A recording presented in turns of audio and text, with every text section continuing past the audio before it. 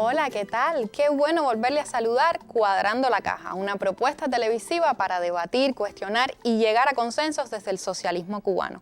Soy Marcelenin Pérez y le doy la bienvenida a este que promete ser un cuadre diferente. El pasado 15 de agosto se dieron a conocer nuevas medidas económicas para el comercio mayorista y el comercio minorista y la realización del comercio exterior de manera directa por formas de gestión no estatal.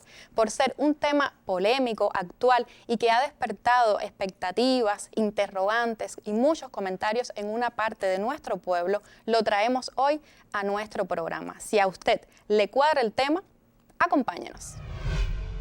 Cuba ampliará el alcance de la inversión extranjera en el comercio con el propósito de brindar más ofertas a la población, informó la viceministra primera del Comercio Exterior y la Inversión Extranjera, Ana Teresita González.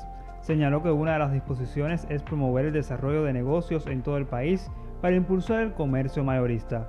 Entre tanto, Betsy Díaz Velázquez, ministra de Comercio Interior, anunció que se crearán empresas mixtas para realizar actividades de comercio minorista, cuyo objetivo será, además, lograr mayor eficiencia en el sector. Entre el paquete de medidas dadas a conocer esta semana también sobresale el autorizo a determinados actores económicos no estatales a realizar directamente actividad del comercio exterior bajo el control del MINSEC. La inflación en el Reino Unido se disparó en julio al 10,1%, el nivel más alto desde febrero de 1982, reportó Reuters citando datos oficiales.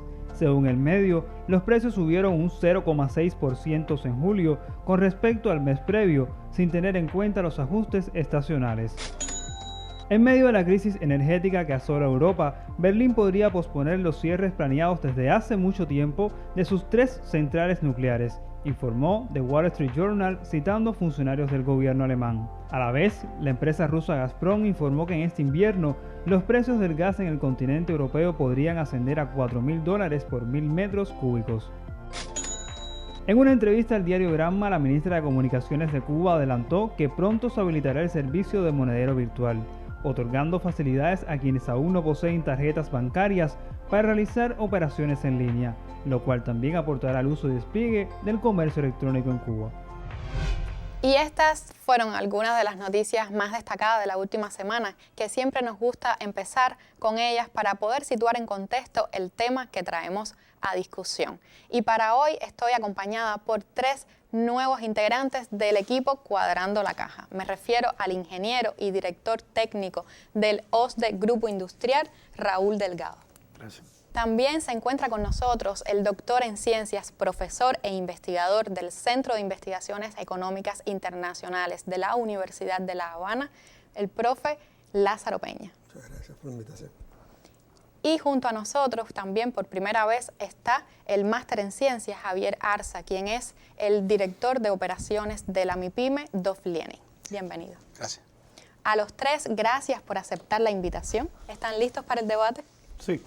Quiero que comencemos respondiendo qué diferencias hay entre las normativas que ya existían y estaban vigentes con respecto a la inversión extranjera y estas nuevas medidas dadas a conocer el pasado 15 de agosto en la mesa redonda. ¿Qué es lo nuevo? ¿Qué es lo diferente? ¿Qué ha cambiado? ¿Por qué ahora estamos tomando estas medidas?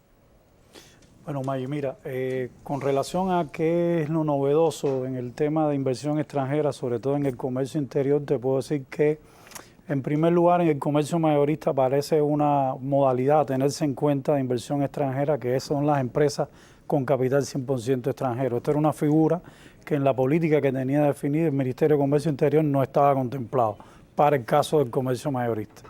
Y en cuanto al comercio minorista, estaba concebido en la política del Ministerio del Comercio Exterior como una excepcionalidad y ahora deja de serlo. Por tanto, se pueden admitir negocios con inversión extranjera en los que se considera el comercio minorista. Por supuesto que va a ser en la modalidad, como explicó la ministra, de empresas mixtas o en alguna de las variantes de asociación económica internacional. Eso es lo fundamental en cuanto al sector del comercio interno, lo que se ha modificado en cuanto a normativa.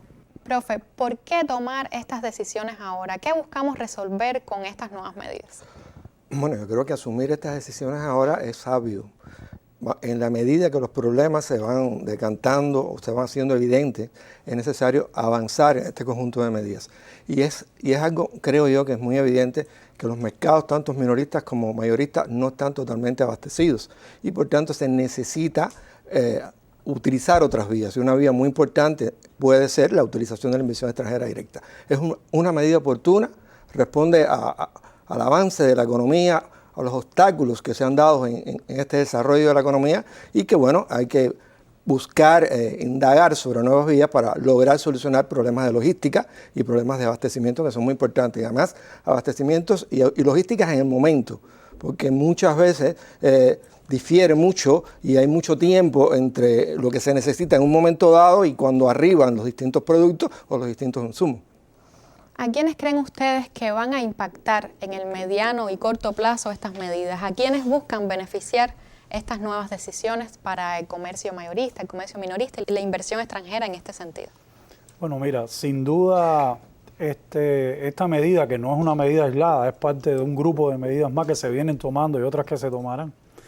En primer lugar, tienen que impactar en la propia economía interna, en el mercado, como explicaba el profesor, que hay un desabastecimiento. O sea, por tanto, el primero que debe recibir un beneficio como tal es el mercado nacional, el mercado interno. Y de este mercado interno se alimentan un grupo de actores económicos, todos los actores económicos de la economía cubana. Digamos, los productores nacionales, ya bien sean en sus modalidades estatales o en las modalidades privadas o cooperativas, serán quienes primeros impacten estas medidas. Y luego, colateralmente, por supuesto, debe impactar en la población, pero digo colateralmente porque inicio, como todos sabemos, en estos mercados se va a vender en una moneda libremente convertible, pero lógicamente al haber presencia de productos en el mercado debe estabilizarse el mismo, debe bajar niveles inflacionarios, un grupo de cuestiones que van a permitir además reaprovisionar el mercado de moneda cubana, o sea, del CUP. Y por tanto la población sentiría entonces que este mercado se está abasteciendo, pero sería como en un segundo momento, es como un efecto colateral que va a tener la medida principal, que es abastecer hoy el mercado interno para que de ahí se puedan proveer también productores nacionales. Javier, como empresario cubano, ¿de qué modo sienten ustedes que estas medidas los benefician o los perjudican? Yo creo que desde que se anunció la medida ya es un punto de avance. Cuando se crean las MIPYME, ya sentimos que había una flexibilización en la búsqueda de que emprendedores pudieran hacer actividades diferentes y hubiera un cambio en la dinámica del país.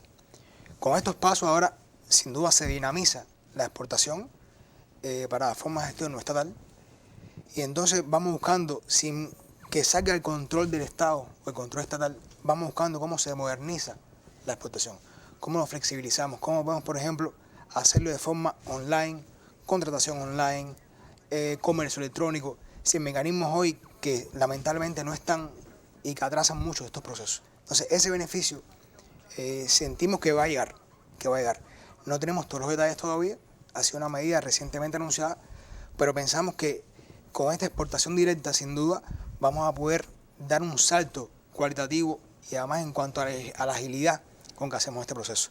Ahora, nosotros lo que estamos viendo es si impactamos en este mercado de exportación directa, bueno, ¿cómo accedemos incluso a mercados nuevos que no tenemos capacidad de llegar hoy? Hay que ver la cara de un cliente cuando usted le dice que usted le va a ofertar el servicio, pero que tiene que firmar con un tercero. Entonces es un poco raro y ha provocado que ciertamente hemos perdido clientes hoy y eso es una realidad que hemos sufrido en carne propia. Pero cuando además ese intermediario es una empresa estatal, lamentablemente nos limita ciertos mercados que son muy importantes para nosotros. Y cuando digo nosotros, digo el país. Por tanto, sin duda es una medida encaminada a dinamizar esta realidad, a cambiar para bien esta realidad. Entonces vemos que tiene un beneficio directamente en nosotros. Pero le preguntaba a propósito de esto que nos decía Raúl, de que cuando haya un mejor abastecimiento del mercado interno, ¿cómo este mejor abastecimiento les va a beneficiar a ustedes? O bueno, si es que les impacta para beneficio. No, de hecho, fíjate, el sector nuestro es un sector que no demanda grandes inversiones en materiales, equipamientos, insumos para trabajar. Porque el capital principal es el capital humano y es el conocimiento. Pero hoy tenemos una situación, cuando hace falta un equipo de cómputo o algo que buscar, no está. O no tiene la calidad requerida, o no tiene precio asequible, o sencillamente no existe. Entonces, sin duda, esperamos que el mercado logre tener una oferta que también tribute a estos otros mercados, como el nuestro, ¿no? Que requerimos de esos insumos, de esos equipos de cómputo. Entonces, por supuesto, vemos que es una posibilidad que se abre a adquirir en plaza, adquirir en el país esos equipamientos. Bueno, y sobre este tema, ¿qué tiene que decirnos el pueblo de La Habana y de Santa Clara específicamente? Veamos este material y al regreso seguimos cuadrando la caja. No creo que sea la medida idónea, porque desde que vino el sistema cambiario, o sea, la reunificación monetaria, ya ahí vienen todos los problemas. Y esto lo que ha hecho ha sido, lo que va a traer consigo es que aumente el mercado negro. Beneficia a algunos, pero a otros no. Pero por lo menos como él me está explicando, a mí sí me beneficia porque yo tengo familia afuera, ¿ves? La solución de los problemas nuestros no está en venderle el dólar a la población. La solución de los problemas nuestros está en que la población, con la moneda que circula en el país, pueda satisfacer sus necesidades. Yo pienso que la inversión extranjera debe incrementarse y debe desarrollarse en este país. Hay que tener en cuenta el bloqueo. Me parece también una cuestión positiva siempre y cuando se mantenga el principio del monopolio y comercio exterior. Me parece correcto. Pero lo que hace falta es los resultados. Empezar a ver los resultados, que todavía no los vemos. Está bien que se esté flexibilizando, pero creo que debemos flexibilizar mucho más. Incluso la palabra flexibilizar a mí me resulta incómoda, porque creo que son medidas que hace mucho tiempo se pueden haber hecho. Estamos perdiendo tiempo haciendo medidas para mejorar y sabemos que son cosas buenas, pero no los pensamos mucho para hacerlo. Es más seguro cambiar en el banco. No tenía por qué el país estar dejando escapar la divisa, porque realmente la divisa se escapaba y eso hace daño a la economía cubana. Estamos totalmente de acuerdo que hay necesidad de captar divisas al país, a la economía, a la macroeconomía, debe ingresar divisas y la tasa que se está ofreciendo es una tasa lógica para las personas y también pensando en el viajero que llega al exterior, tener un mercado cambiario seguro, que sea también de tranquilidad y que le ofrezca también los beneficios para el tiempo que vaya a estar en nuestro país. Ha sido un cambio satisfactorio y han venido, o sea, la afluencia de público, de clientes ha sido bastante favorable e inclusive se ha visto también la visita de clientes extranjeros, de personas extranjeras que se han venido también interesadas, se han visto interesadas con esta nueva política de mercado cambiario. Muy bien lo que se está haciendo, porque es mucha la seguridad que tenemos a partir de todos estos nuevos cambios que existen. No es igual ni parecido a la calle. Bueno, muchas gracias al equipo Cuadrando la Caja que nos facilitó acceder a estas opiniones de nuestro pueblo. Y sobre ello estaremos conversando en esta segunda parte del programa. Quisiera preguntarles ahora, ¿consideran ustedes que son revolucionarias estas medidas? ¿En qué sentido lo son? ¿Cómo se relacionan? ¿Qué relación guardan con nuestro sistema socialista cubano? Bueno, por supuesto que son revolucionarias. Primero, hay que entender el carácter revolucionario como un carácter dialéctico y además muy ajustado a las necesidades de la realidad objetiva. Si no, no serían revolucionarias. La propia definición, o una de las partes de la definición que dio el comandante jefe, es revolucionaria, cambiar todo lo que hay que cambiar, todo lo que necesariamente hay que cambiar. Y se ajusta muy bien a esta definición de cambio. Si así son revolucionarias. Lo que sucede es que hay una discusión, digamos, ya de tiempo sobre el carácter, digamos, de transición del socialismo como tal. Y cuando esto se inserta en esos elementos y no se aterriza específicamente lo que eso significa, pueden haber, digamos, interpretaciones en abstracto. Y con interpretaciones en abstracto no resolvemos la realidad concreta. O sea, no resolvemos y no logramos transformar efectivamente, que sería el problema de la aplicación de políticas y el diseño de estrategias, que deben ser estrategias mancomunadas y políticas mancomunadas, en el sentido de que todos participamos en ese diseño. La población y la economía en sí mismos reflejan la necesidad de avanzar en estas medidas. Y bueno, y se ha logrado. Por eso sí son muy revolucionarias. ¿Cuáles consideran usted, profe, que pueden ser los riesgos que deben enfrentar y que van a enfrentar estas nuevas decisiones? Los riesgos están en sí mismos en todo el riesgo que significa construir el socialismo. O sea, el socialismo no se puede construir por recetas. No existe un recetario para construir el socialismo. Continuamente tenemos que estar participando en la elaboración de políticas, corrigiendo los problemas cuando estos problemas aparecen, pero tener muy claro el camino y hacia dónde queremos marchar. Riesgo puede haber, pero riesgo puede haber en todo aquello cuando no nos ajustamos a las necesidades, y no nos ajustamos a los procesos como tales y cómo se van definiendo estos procesos. Y sobre todo, cuando no asumimos estos procesos junto al pueblo, pero ninguno de estas cuestiones son cuestiones que son propias de nuestro proceso revolucionario. Entonces, los riesgos podemos enfrentarlos. Pudieran haber, digamos, problemas inadecuados con el uso de recursos, pudiera hacer eso. Pudiera demorarse mucho, por ejemplo, digamos, la posibilidad de acceder a los productos minoristas o al mercado minoristas con moneda nacional. O sea, no se puede demorar mucho. Como dijo la ministra, se creó un fondo, se piensa crear un fondo, pero inmediatamente que se pueda, la población debe acceder con la moneda que gana mayoritariamente, o sea, con lo que es propio del trabajo, con lo que ingresa por su trabajo. Entonces, un riesgo pudiera ser demorarnos mucho, un riesgo pudiera ser incompletos en estas cuestiones. Otro riesgo pudiera ser no definir bien quiénes son los que van a participar en este mercado mayorista y minorista desde el punto de vista de la inversión. O sea, en eso se discutió un poco y yo creo que la ministra fue clara cuando dijo, bueno, que íbamos a priorizar de alguna manera entidades que ya estaban en Cuba y que nos habían ayudado en momentos muy difíciles. Y eso a mí me parece muy adecuado. Pero también hay que entender que muchas veces se participan en este tipo de mercados entidades o personas de alguna manera vinculadas a entidades públicas o que de alguna manera tienen relaciones con funcionarios públicos y resulta que no han accionado correctamente y no han logrado ni abastecer los mercados y además actúan de una manera, digamos, no muy clara en muchos factores. Esto ha surgido, es un riesgo que ha surgido cuando no se ha logrado controlar bien la actividad. Yo creo que estas medidas tienen que ir directamente a tratar de avanzar en mercados minoristas y entidades minoristas y inversión extranjera directa que tengan experiencia en estos factores y no desviarlo hacia otras entidades sobre estas bases. Eso puede ser un riesgo.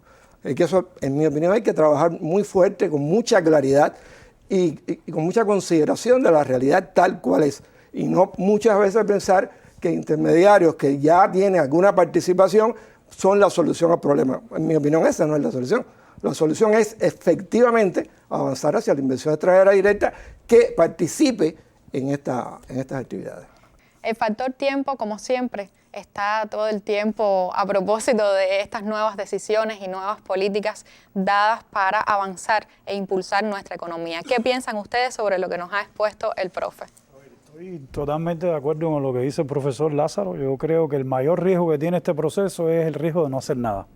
Eso lo decíamos en el programa anterior, lo decía el profe Montejo con respecto a las medidas para el mercado cambiario. Si no hacemos nada con una situación que tenemos hoy en el país, que no solo es en el país, es una situación mundial, también es bueno que la población conozca que los problemas de logística y de las cadenas de suministro existen en el mundo entero. Hay puertos completamente abarrotados de contenedores, hay situaciones en diferentes países donde hay huelga de transportistas. O sea, Cuba está inmersa en un escenario en el mundo del cual también es parte y por lógica sufre de esas consecuencias también. Entonces, ratificando lo que decía el profe, yo creo que es fundamental hacer algo y creo que por eso estas medidas son más que revolucionarias. Y creo que el otro factor de riesgo es no hacer un proceso transparente y me parece que eso es lo que estamos haciendo, un proceso completamente transparente donde se le está explicando a la población cada una de las medidas que se están tomando y se analizarán los casos. Por parte nuestra, cuando este proceso se comience, no va a ser un proceso a barrer totalmente masivo, sino lógicamente se seleccionarán aquellos negocios que son de interés del país, de los municipios, de los gobiernos, de las provincias. Recordar que este comercio minorista está insertado en los municipios, los cuales hay que empoderar y por tanto hay que hacer un análisis con cada uno de ellos, cuáles son los beneficios que aportan no solo un mercado global, sino un mercado local propiamente a una comunidad en la que está. Y entonces se van evaluando los riesgos que cada uno de estos negocios puedan tener en su implementación. Es que, de hecho, el tema de cambiar lo que hay hoy ya en sí mismo revoluciona un poco lo que hay. Por eso el tema de medidas revolucionarias. Y ese riesgo con el tema del socialismo, de verdad que, por lo menos yo no lo veo así. Yo creo que el socialismo lo hace la gente, lo hace nosotros, el pueblo. Entonces, que la gente tenga un marco para crear riqueza, crear valor, crear bienestar, es importante.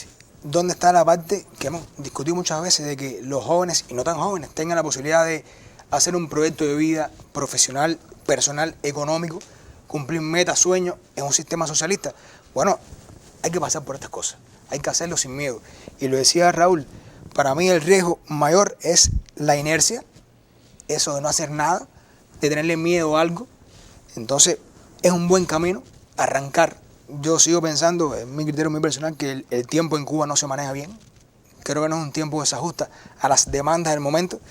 Deberíamos ser mucho más ágiles en probar algo, verificarlo, intentar corregir algo y no tener mucho temor a cosas que puedan pasar. Pero bueno, estamos dando pasos importantes y sin duda son medidas que van en el camino, en la dirección correcta. Al menos lo veo, en mi opinión muy personal, lo veo así. Javier, como emprendedor, como MIPYME, ¿qué riesgos considera usted que puede tener darle pleno acceso a los emprendedores privados al comercio exterior? Yo creo que si ponen una balanza, hay más beneficios de lo que pueden ser riesgos. Ya explicaba, la posibilidad de aplicar innovación, contratación en línea, comercio electrónico, de hacer lo que hacen muchas empresas del mundo. En el mundo las empresas exportan y eso no lacera la soberanía nacional o no lacera determinadas normativas del país. Aquí hemos explicado que no se trata de un proceso al margen del Estado.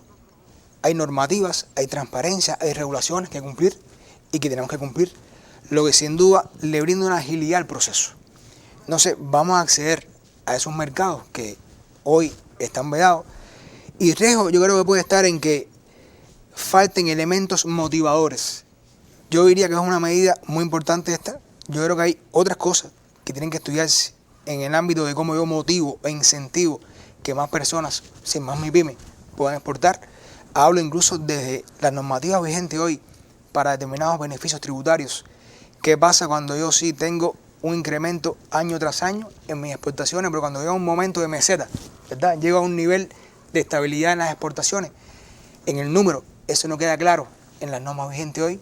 Incluso el tema este que se vincula mucho con el mercado cambiario, de cómo es cuando exporto e ingreso un dinero por exportación, cómo es el cambio hoy, si sigue uno por 24, en fin, hay que ver otras cuestiones, además de esta, que yo creo que son motivadoras.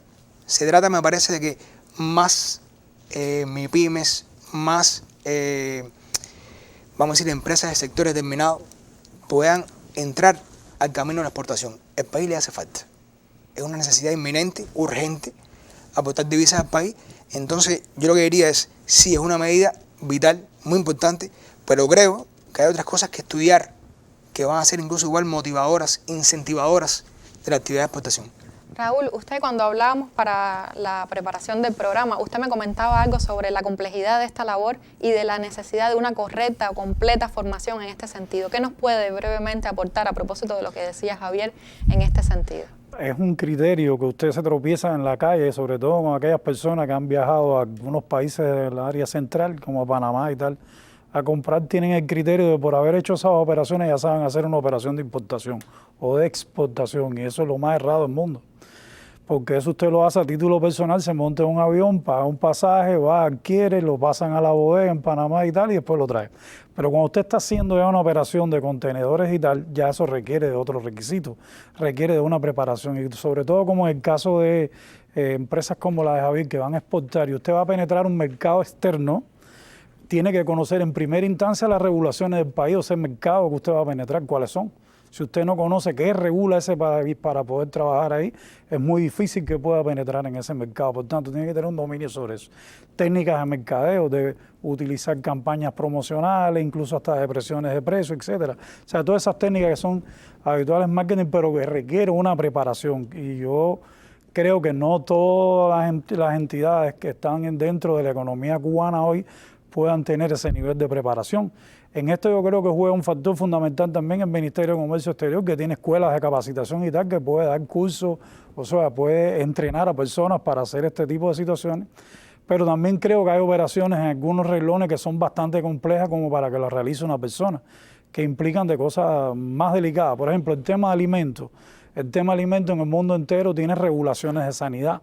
Y en determinados momentos, por enfermedades o cosas que aparecen en una región del planeta, usted no puede ni exportar productos para allá, ni siquiera puede consumir productos ahí. Entonces, estas son cosas que en estas empresas que son de comercio exterior están al día porque están sobre esa temática habitualmente, pero que no tiene por qué ser información del dominio de pequeñas empresas que se dediquen a esto. Entonces, yo creo que debe haber una compensación entre dos. Debe haber una compensación entre empresas que, como el caso de la que estamos hablando, pueda realizar la actividad de exportación a título de ella, pero también tiene que existir, lógicamente, en las empresas de comercio exterior, las empresas estatales, que tienen una tradición, que tienen además una preparación y un personal calificado, y ya tienen en el resto del mundo, en lugares donde han trabajado, sembrado, digamos, una semilla de cómo operar esos mercados.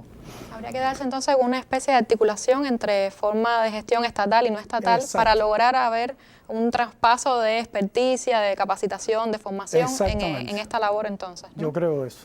Bueno, en la Constitución de la República, en el artículo 137, nos dice: corresponde al Consejo de Ministros dirigir y controlar el comercio exterior y la inversión extranjeras, así como a aprobar o autorizar las modalidades de inversión extranjera que le correspondan. Y a propósito de esto, como pie forzado, quiero preguntarle, profe, sobre algo que ha sido muy debatido a propósito de estas nuevas medidas: el monopolio por el Estado del comercio exterior. ¿Por qué Cuba necesita necesariamente mantener el monopolio o no del comercio exterior? ¿Es esto una cuestión de soberanía nacional? A ver, permíteme, ante todo, hablar un poco del problema, porque en mi opinión, si se asume de esta manera, o sea, como una palabra, monopolio, no andamos, digamos, no colocamos el problema en la senda correcta, somos un poco unilaterales, y quizás este criterio unilateral nos lleva a ser un poco abstracto. Y no nos comunicamos. Y no nos comunicamos. ¿Cuál es el verdadero problema que tenemos y por el cual se aplican estas medidas y esta estrategia con la inversión extranjera directa? El problema real que tenemos un problema de crecimiento, un problema de dinámica de crecimiento y un problema de obstrucción a nuestro desarrollo y a nuestra estrategia de desarrollo. Y eso es un hecho claro. Obviamente aquí está presente también el bloqueo y todas estas dificultades, bueno, que conocemos. Pero es una necesidad de la economía cubana captar ingresos externos. Y la posibilidad de captar ingresos externos en un mundo como el que existimos, o sea, una estructura de economía global como la que tenemos, implica perfeccionar nuestras formas de inserción en la economía mundial. Si no logramos esto, estamos dando vueltas. Por tanto, debemos diversificar las maneras de insertarnos en esta economía mundial. Nosotros, hasta ahora, lo que más hace preferencia es la exportación dirigida a mercados finales, y esa no es la forma básica que tenemos o que dinamiza en la actualidad el comercio internacional. O sea, el comercio internacional ya no es el mismo que teníamos o la función que tenía hace 40 o 50 años. El comercio internacional ahora es parte de un movimiento, de una cadena de producción y servicios que se extiende y que está fragmentada a nivel internacional. Y comercio internacional es la parte de una parte de la producción que va de un lado al otro. Entonces, eso es una realidad. Y ahí está la dinámica principal del comercio internacional en el presente. Entonces, nosotros tenemos que avanzar y encontrar las maneras de insertarnos en la economía internacional. Y una vez que estos problemas se definan, entonces los problemas de cuáles son las formas de regulación y las formas del control del Estado a las distintas formas de inserción en la economía mundial, bueno, ahí se hará concreto y claro cuáles son las medidas y cuáles son los mecanismos y la forma de regulación. Respecto a la Constitución o lo que tú nos decías, yo creo que el Estado tiene la obligación y además debería, si está en todo lo que votamos a favor de un socialismo en Cuba, no solamente de controlar el comercio exterior y la inserción extranjera, de controlar toda la economía. Y entonces se convierte en un problema abstracto en el sentido que hablas de un monopolio como si no fuera lo adecuado, como si no fuera lo propio del Estado socialista, controlar toda la actividad económica, incluido la actividad del comercio exterior. Eso es un factor. El otro elemento que a mí me parece importante es que cuando hablamos decimos, bueno, vamos a liberalizar el comercio exterior, o se habla, yo por lo menos comienzo a pensar, bueno, ¿de qué se está hablando en concreto? En mi opinión, bueno, se hablan de dos cosas. Una de las cosas es la posibilidad de algunas empresas de otorgar la posibilidad de exportar directamente. Cuando uno eso lo vincula a lo sofisticada que es la actividad de exportación e importación, uno se da cuenta que usted lo que le está diciendo a esa empresa es que le aprueba que tenga un departamento que se ocupe de la exportación y de la importación, porque eso no lo puede hacer el Departamento Económico en general, porque es muy sofisticado. Y eso es lo que usted está diciendo. O sea, se le está aprobando la posibilidad que usted tenga un departamento que se ocupe de esa actividad. Y ese departamento está bajo el control del Ministerio de la Inversión Extranjera y el Comercio Exterior. No puede ser de otra manera. Eso es un factor.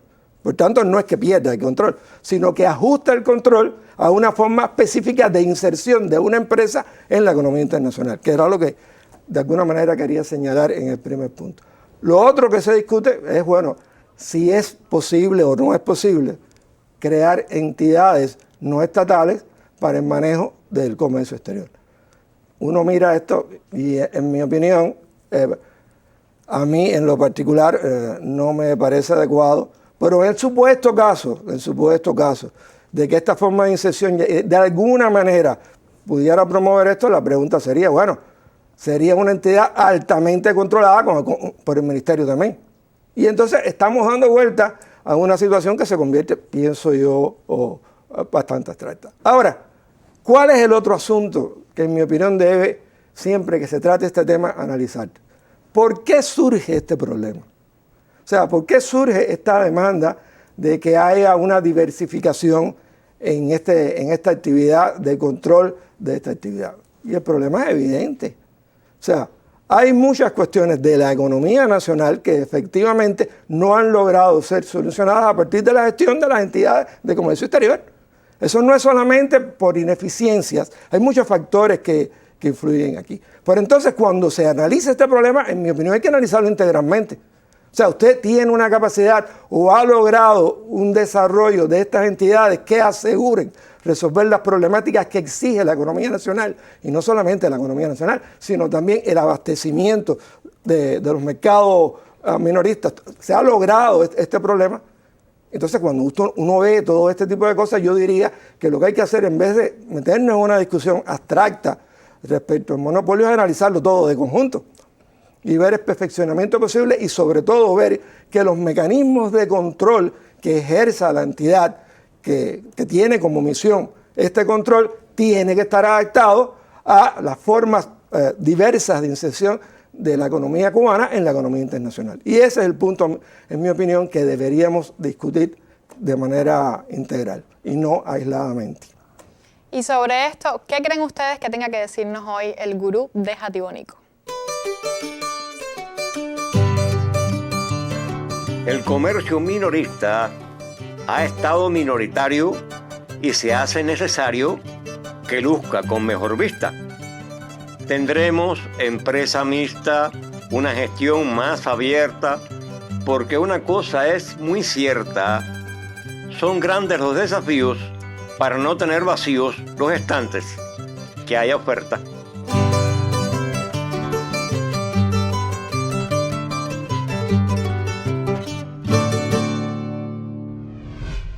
Y muchas gracias a nuestro gurú de Jatibonico por estas décimas, y también al profe que anteriormente nos había dado una explicación detallada sobre esta que ha sido matriz de opinión con respecto al monopolio por el Estado del comercio exterior.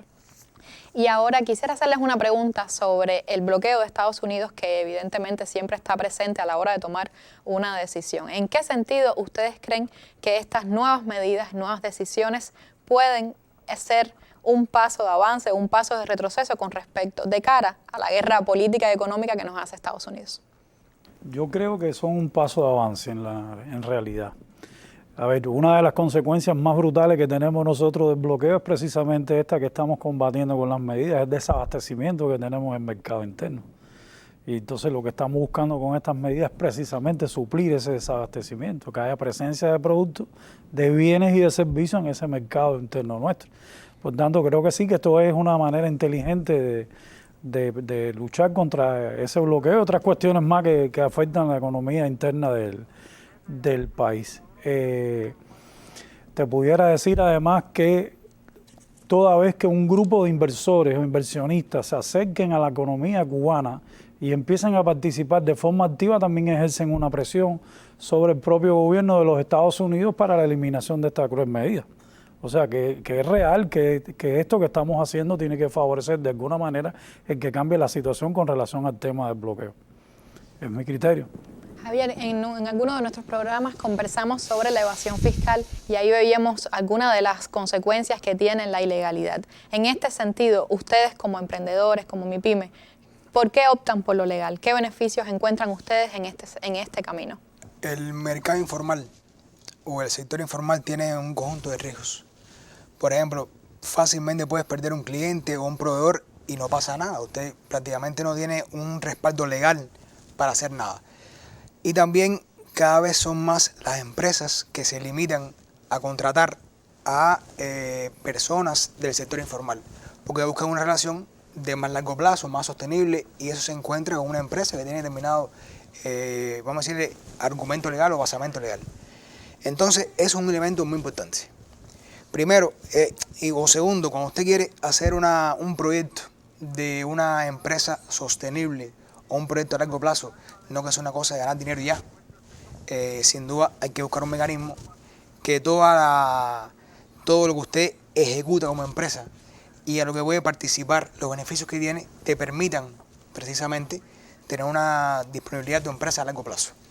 Y si además le sumamos a esto, que como empresa o persona jurídica tenemos determinados beneficios en el país, participaciones en espacios de discusión, de debate, acceso a la Cámara de Comercio, a espacios como Foro, recientemente el Foro Cuba-México, en fin, hay un conjunto de espacios que usted tiene acceso como persona jurídica que no pasa así en el mercado informal. Es un mercado que sí, para hacer una APK o una aplicación móvil, no digo que no funcione, o para hacer una web a un amigo, pero no es así cuando quiere buscar un trabajo mucho más serio o más a largo plazo.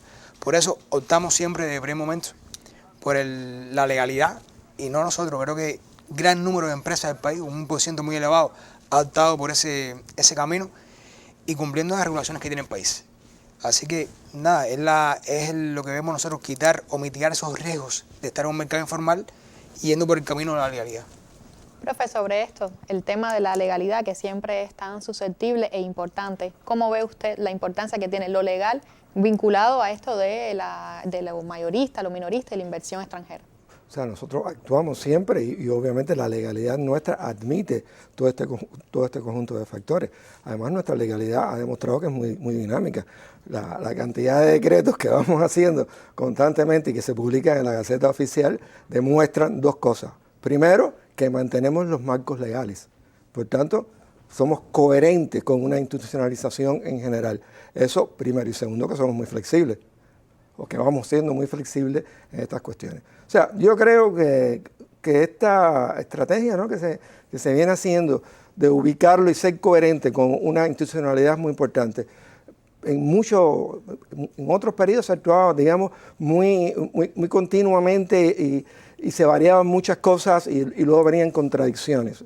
Yo creo que esto, bueno, se ha ido corrigiendo y efectivamente abogamos por esa legalidad y creo que obviamente es muy favorable a todas estas cosas. Tenemos que ser muy dinámicos. O sea, la justificación para no asumir determinadas medidas es, digamos, sostenerla en marcos legales. A mí me parece que no es una solución. O sea, tenemos que ser muy dinámicos en todo sentido. Marcos legales y regulatorios que ya están creados. Que ya están creados y que se van modificando. De acuerdo a las necesidades que vayan surgiendo. Bueno, y para finalizar me gustaría que despidiéramos el programa, por supuesto, desde el optimismo de la voluntad, como hemos hecho en otras ocasiones. ¿Cómo ven nuestros panelistas a la vuelta de un año, de acuerdo a la implementación que se logre dar a estas medidas, el beneficio que pudiera tener poder adquirir los bienes que necesitamos en la cotidianidad, ya sea como ciudadanos naturales o empresarios? ¿Qué les parece a ustedes? Yo quisiera visualizarlo no un año, en serio, no, quisiera visualizarlo en un tiempo mucho más corto. La ministra lo decía, en el plazo inmediato, porque además creo que el país lo demanda. Cuba demanda que sea un plazo más breve. Pero bueno, si vemos en ese periodo de tiempo de un año, creo que podemos ver que va a haber un incremento de esa oferta en mercados que hoy lo necesitan. Y lo que quisiera que fuera no restringido a determinadas áreas, vamos a decirle, básicas del ciudadano, sino que haya mercados como el nuestro o áreas como la nuestra también tengan acceso a ofertas que hace falta para nuestra actividad. Y además, quisiera visualizarlo también un mercado que se extiende a la moneda nacional, que es donde más acceso tiene el país. La gran mayoría del país realmente accede ahí. Todos tenemos acceso al CUP, no todos lo tenemos a la Por tanto, MLC. creo que el objetivo está claro y se ha dicho. Si no logramos ese abastecimiento, donde el cubano lo tenga en CUP, yo creo que si no llegamos a ese punto, todo lo que hagamos será... En la cotidianidad y en el corto plazo, Raúl. A ver, de acuerdo con Javier, yo creo que sí, que en un periodo de un año debemos ver algún cambio, una mejoría. No obstante, esto es un proceso que todavía hay que hacer un grupo de cosas. Hay cosas o fenómenos que pueden lastrar este proceso y que creo que también hay que tenerlos en cuenta. Uno, sobre todo, es la velocidad con la que un inversionista puede reponer su inversión monetaria, la que va a realizar, porque eso le da seguridad a él de seguir trabajando ese mercado. Por tanto, esto es algo en lo que tenemos que trabajar hoy, que no nos puede suceder de que las personas inviertan dinero y después al cabo del tiempo no han sido capaces de recuperar todavía su moneda. Pero por lo demás yo creo que sí, que como dice Javier, dentro de un año esto es un mercado donde ya se podrán ver cosas. Quizás todavía no estemos, ojalá no estemos en el CUP, pero el CUP sí esté mejor abastecido por las provisiones que vienen de las recaudaciones, mecanismos impositivos de este mercado en MLC. Puede ser, estaremos ahí en eso. La vida nos lo dirá. Una medida que conecta mucho con el tema del programa anterior, que fue el mercado cambiario. Son dos partes de un mismo proceso. Exacto. Profe. Sí, yo creo que en eso coincidimos todos. Yo creo que el éxito de estas medidas se puede medir efectivamente en la velocidad que esto logre transitar hacia un mercado en moneda nacional y que se tenga acceso directamente con moneda nacional a este mercado, lo cual está vinculado a relaciones de tasa de cambio y carácter impositivo que se ponga en mercado en moneda libremente convertible. Pues, y eso es algo que incluso ambas ministras, o la ministra y la viceministra, hablaron en su comparecencia. O sea, es evidente que no se pueden sacar los dólares para asegurar esta convertibilidad, ni de las exportaciones, ni, bueno, que son bastante restringidas, y mucho menos del pago de la deuda. O sea, es evidente que se necesita una interrelación de estos factores que tienen que ver con el abastecimiento y las remesas, bueno, con estos criterios de la tasa de cambio y la evolución de la tasa de cambio. O sea, el problema, evidentemente, yo creo que ahí coincidimos todos, está ahí y ese es el aspecto que debemos priorizar y atacar. Además, creo que en la medida que avancemos esta discusión, que de alguna manera sale del monopolio del comercio exterior, se va, digamos, a aplanar mucho. ¿Por qué? Porque si usted ya tiene un mercado, sobre todo mayorista en este caso, abastecido o posibilidad de abastecer, la demanda de esta manera desregulada, bueno, va a disminuir. Eso es mi opinión. Y bueno, el mercado minorista es bueno lo que acabamos de decir. Ese va a medir el problema y el apoyo que va a tener esta medida. El éxito de esta medida y que preferiblemente sea en el corto plazo, para que nuestra cotidianidad se haga más llevadera. Yo aplicando los conocimientos del profe Montejo, les digo un año porque ya sé que en economía las cosas no suceden inmediatamente, ¿no? Pero ojalá que en la cotidianidad estas medidas puedan ser percibidas mucho más fácilmente que lo que hasta ahora estamos percibiendo. Entonces, a ustedes tres le doy las gracias por haber participado. Gracias a usted por invitarnos. Y a usted, como siempre le digo, recuerde que nuestra realidad, nuestra cotidianidad no basta con ser interpretada, descrita, comentada, sino que debemos transformarla y para eso tenemos que participar de conjunto desde el socialismo cubano. Yo cuento con usted para hacerlo. Nos vemos pronto. Cubanos y el Timbirichi levanta tu economía. No te olvides que un buen día naciste sin Timbirichi. Sin Timbirichi. No olvides al barrio.